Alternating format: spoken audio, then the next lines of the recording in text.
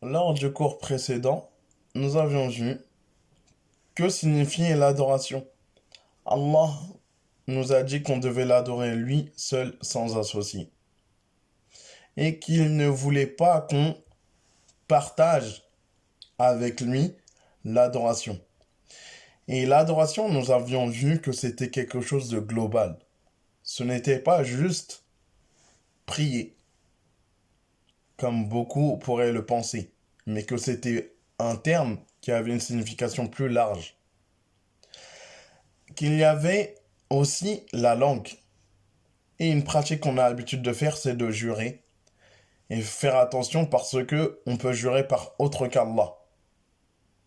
Jurer par ses parents, par quelqu'un qu'on pense important, par un ange, par le membre de nos parents, et etc.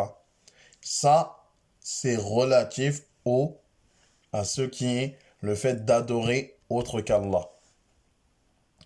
Encore, il y a quelque chose, une pratique qui est répandue, c'est les croyances. Les croyances, on en fait beaucoup. Comme le fait de lire l'horoscope. D'accord? Ou penser encore que le signe astrologique d'une personne, c'est ça qui détermine son caractère. Ou encore de croire que les choses, on est impacté par les choses qui se passent.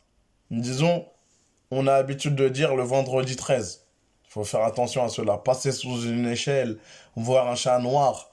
Il y a encore plusieurs bêtises qui sont dans plusieurs pays où ils ont leur point de vue, leur interprétation, et etc. Il faut faire attention à cela.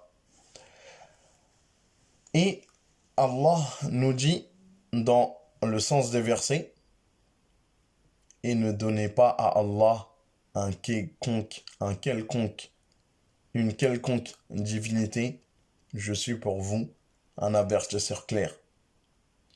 Donc, si Allah dit au prophète, sallallahu alayhi wa sallam, de dire « Je suis un avertisseur clair » et de s'arrêter sur le fait de donner des associés à Allah, on doit se remettre en question, ça veut tout dire. On doit en avoir peur.